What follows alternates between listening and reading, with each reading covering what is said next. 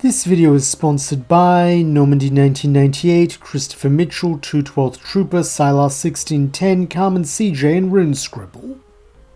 Hey everyone, to celebrate the final milestone on our way to 10k, I thought it would be a bit of fun to do a Q&A, in which I answer any questions you may have about what ifs, hot takes, or even just me. And so I put a call out on Patreon, the community tab, and my Discord server, which you guys all showed up and showed out for, so thanks for that. However, before we get to the questions, I just want to go over a few things. First off, in the name of fairness, I'm only doing one question from each person, since while I appreciate how eager some of you were asking lots and lots of questions, I don't want anyone feeling like I'm playing favorites if the same names come up over and over again. Also, in order to make this video flow as well as possible, when two questions have been very similar, I've lumped them together, that way no one's going to get bored listening to me repeat myself with minor variations. And finally, if your question doesn't get read out, don't get discouraged, since I read every single response, and if this video does well, I may host more of these Q&As down the line. But with that out of the way, let's get into the questions, starting with the ones posted in the community tab. First off, we have Carson Gibbs, who asks, are you going to start more new stories or continue old ones? Hi Carson, thanks for the question. I actually plan to do both, since while I do want to start some new stories as I'm always coming up with ideas pretty much every day, I also want to make sure that longtime fans of ongoing series get the payoff they've been waiting for, so I do my best to balance both so that everyone can at least get some of what they want. Next up, we have 999913. Who wants to know, do you plan to cover any what-ifs related to the Mystery Dungeon series? That's an interesting question, since I have to say both yes and no. No, I'm not currently planning to do any Mystery Dungeon what-ifs specifically. However, if you look in the podcast section of the channel, you'll see I am currently hosting a series called Pokémon Mystery Dungeons and Dragon Types, in which I, along with friends Plus, Ace the Wind Rider, and the Storybuster, are doing our very own Mystery Dungeon adventure, so check that out if you haven't, since it's a lot of fun and can sometimes get a little spicy.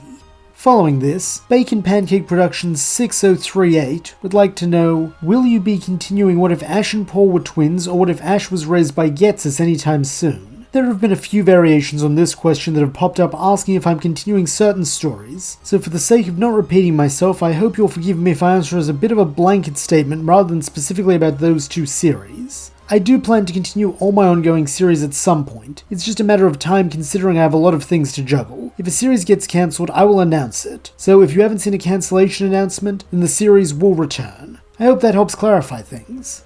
Now we have SpongeBoy King, whose question is, what made you want to do YouTube? Well, to put it plainly, I've always loved both listening to and telling stories, to the point where it's even what I studied to do at university. Though, why YouTube specifically? That's because I've been watching What Ifs for a long time, long before I ever imagined making my own, and during lockdown I was inspired by the creators I enjoyed and admired such as Plus and Ronan Charizard, and so decided to try my own hand at it as a means to tell stories, with it coming as a pleasant surprise that people liked what I made, so I kept making more, and now several years on, here I am, still having the good fortune to be sharing stories with all of you. Next, Antikira20 asks, how do you plan your writing style around conflicts and description in your What If videos? If I'm correct in assuming you mean how do I go about writing battles, I generally try to envision it like it was actually happening in the anime, since I know that's what my audience will be doing, and so try to map out interesting choreography in my head, with at least one really cool big moment each battle. Where possible, I also try to use the personalities of the combatants, both human and Pokemon, to influence things, like Ash will battle speedily and with unconventional tactics, while Paul, for example, prioritizes brutal efficiency, though will mimic the style of trainers he deems worthy of emulating. Hope that helps and that I properly answered the question you were looking for. As for Mateus de Mello, and I apologize if I'm mispronouncing that, they ask, how do you determine a story you write to be darker or not? That's a very interesting question, though for me I mostly let the characters decide that, in that I try to look at how they would realistically respond to the premise based on their personalities, motivations, and flaws. Sometimes that means things are nice and breezy, like what if Serena started in Kanto, since the worst that's likely to happen there is some self-doubt and the occasional loss, though for something like what if Getsus raised Ash, the premise itself requires a darker tone, just because of the sort of monster Getsus is, and the negative influence he has on people.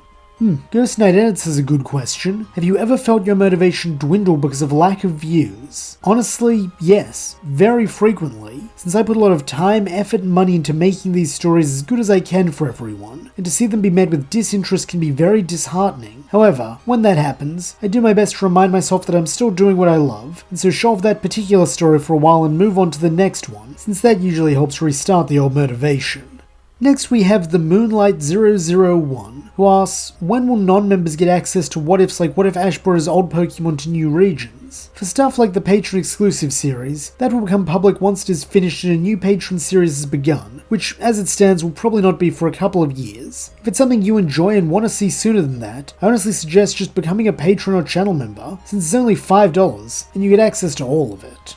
Following this, we have YellowFan555 and Real Hyper Hedgehog. Their question is, what do you recommend for people wanting to make their own what-if videos? This is a great question, and one I get asked a lot, so hopefully by now my answer will be concise and helpful. The best advice I can give is just have a go, and understand that you don't have to be perfect first time round, since no one is. Hell, my first videos were pretty sloppy by my current standards, but that's natural, since what ifs is something you get better at by doing and learning from past mistakes, while also making new mistakes you can learn from in the future, since the goal isn't perfection, but instead improvement, a mindset I struggled with for a long time, so if it seems hard, I get it. Also on a lighter note, if you're able to, find friends and mentors who can give feedback to help you improve, since an outside perspective and one with experiences you don't have is pretty helpful, and in turn you can help them with your own unique insights.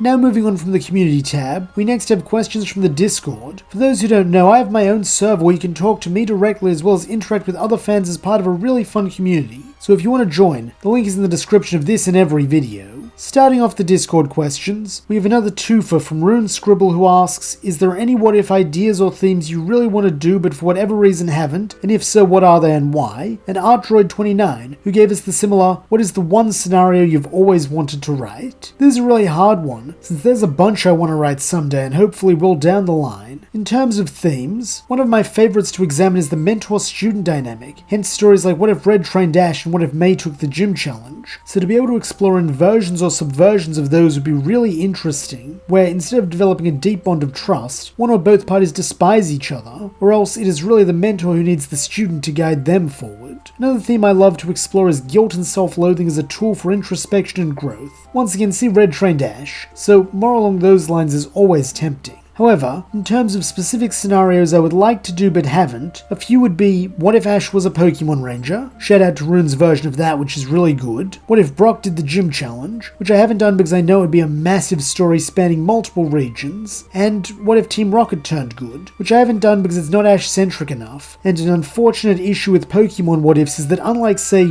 Dragon Ball what ifs, unless it's about Ash as the main character, there seems to be very limited interest from viewers, which is something I need to keep in mind when making videos. Next up we have longtime sponsor Normandy1998 who wants to know, what is your favourite and least favourite Ashmon per region?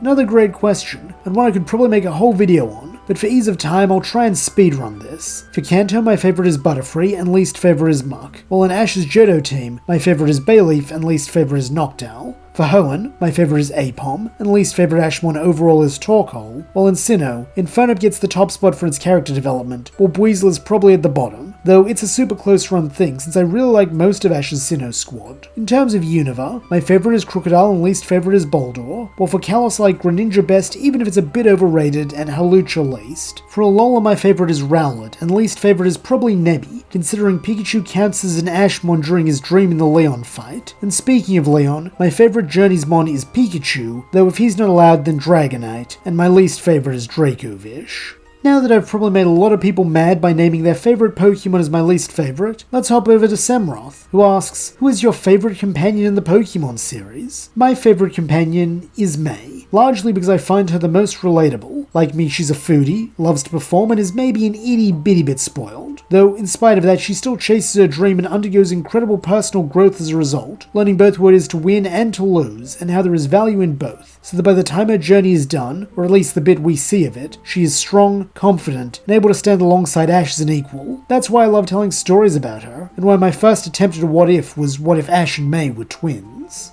Coming into another two-person question, we have T-Bolt for All, who asks, what aspect do you enjoy most when you write your stories? And Odd Eyes Master 12, who similarly wants to know, what is your favourite part of writing a Pokemon what if? Truthfully, that's a tricky one, though I probably like setting up a good twist the best, since that allows me to have fun in multiple different ways. First, there's the twist itself, which is always enjoyable to come up with. Then, there's the foreshadowing, since I always want to leave subtle hints that people can see on a rewatch, and which some savvy viewers can catch the first time, though which most won't, making an interesting challenge to balance out just how much to let on without giving away the game. Then there's the fun of watching people stumble upon these hints and begin forming their own fan theories, since as an avid fan theorist, I love to see people speculating on my work. And then finally there's the joy of watching the twist unfold in real time and everyone's reaction to it, as they too are let in on the surprise that I've been keeping close to the chest forever long, with these multiple experiences coming together to make it my favourite part. Getting back onto the topic of Pokemon specifically, we next have Alimance's question. If you could choose a type for the next evolution, what type would you prefer? This at last is an easy question, since it's Dragon hands down. In keeping with Espeon and Umbreon and Glaceon and Leafeon, I believe Sylveon deserves a partner, and what type is more linked to the fairy type than dragons? In fact, you should probably keep your eyes peeled in mystery dungeons and dragon types, since a dragon type evolution may be popping up there sooner than you think. But with that little tease out of the way, Sylar1610 asks, how would you rank the regions and regional birds? Now, that's really two questions in one, so it's kinda a cheat, but since I'm feeling generous, I'll do both. For regions, from best to worst, I'd go Hoenn, Kanto, Johto, Alola, Galar, Sinnoh, Paldea, Unova, Kalos. And for birds, it really shifts with my mood, since I like them all equally, but right this moment I'd ironically put them in numerical order, with Articuno, then Zapdos, then Moltres, and the same order is also true for their Galarian counterparts. Next up, Rob asks, what is your favourite and least favourite colour? Well, my favourite colour is lilac, though I do enjoy the simple elegance of black, and my least favourite colour is peach. I also just don't like peaches in general, so it's hard to say if I don't like the colour because of the fruit or the fruit because of the colour, or whether they're two independent dislikes that just happen to be connected. Following this, Valor would like to know, out of all your what-ifs, what are the top 5 that have turned out much differently than when you initially started on them? That's a tricky one, since most of them have more or less gone as I planned, since I generally plot out the ending at the start at least in broad strokes and work backwards towards that. Though if I had to pick one that changed the most in development, it would be What If Ash Was Brandon's son. That is because when I started it I was quite inexperienced and so didn't plan as well as I should have, leading me to make a few changes partway through that are fairly noticeable in hindsight. Furthermore, Wally and Nobody both ask, what is your favourite what if that you've done? Honestly, that's kinda impossible to answer, since I have something I'm really proud of in almost all my what-ifs. In terms of a best one, I'd maybe have to say what if Ash used his old Pokemon, and specifically its Sinnoh arc, since I think that's some of my best writing and it definitely is the top 3 best battles I've ever written, culminating in a really satisfying story arc. So if you haven't checked that out yet, I highly recommend it, and if you have, let me know which battle you liked best in the comments. I still really enjoy the Conway battle in the League. And now to round out this Q&A, we have the good folks over at Patreon, who have their own questions, starting off with Andrew McCartney, who would like to know, what's your favourite Pokemon? Great question, Andrew. There are a lot of Pokemon I love, though my very favourite has to be Togepi. This is due almost entirely to Misty's Togepi in the anime, since it's such a little ball of joy and cuteness, and if nothing else, I am a sucker for cute Pokemon. Some other favourites of mine include Mudkip since I love Hoenn, and Charmander because of Ashes in the anime, though the top spot's gotta go the little egg guy. And no, I am not over the Togepi Paradise arc from the Advanced series, and don't think I ever will be. Next up, SaberTC asks, if you could have any Pokemon in real life, which would it be? Out of every Pokemon character, which do you think you'd be childhood best friends with if you're around the same age and they could age with you? Dang, that's quite a mouthful. Man really wants that specificity. Well, unsurprisingly, I would pick Togepi, since A, it's my favourite Pokemon, and B, it's said to share good luck with those who treat it kindly, which I would. So my life would be better for its friendship, not to mention if it grows and evolves with me, then as a Togetic it may choose to sprinkle me with joy dust. However, if that's too obvious an answer, then probably Chikorita, since it's another Pokemon I really love. It's known to be friendly, which is helpful since I don't have much need for an aggressive Pokemon, and its calming aroma would be useful as a stressed out content creator. Alternatively, if that was secretly 2 questions and by character you mean one of the human characters, maybe May for the reasons I listed about why she's my favourite. Though, by the same token, dealing with someone like myself could be incredibly frustrating. So maybe Serena since we share a bunch of similar hobbies. Or if I can draw from any era, Sir Aaron seems like a really nice guy to have as a friend. Not to mention, he has chocolate and sage advice ready to go. But that makes 20 questions, which seems like a good place to leave things. things. Thank you everyone for watching this little Q&A, and if you submitted a question, thank you for that too, since this video would not have been possible without it. But with that said, please don't forget to like, subscribe, and tell me if you want another of these in the future, and I will see you as the journey continues.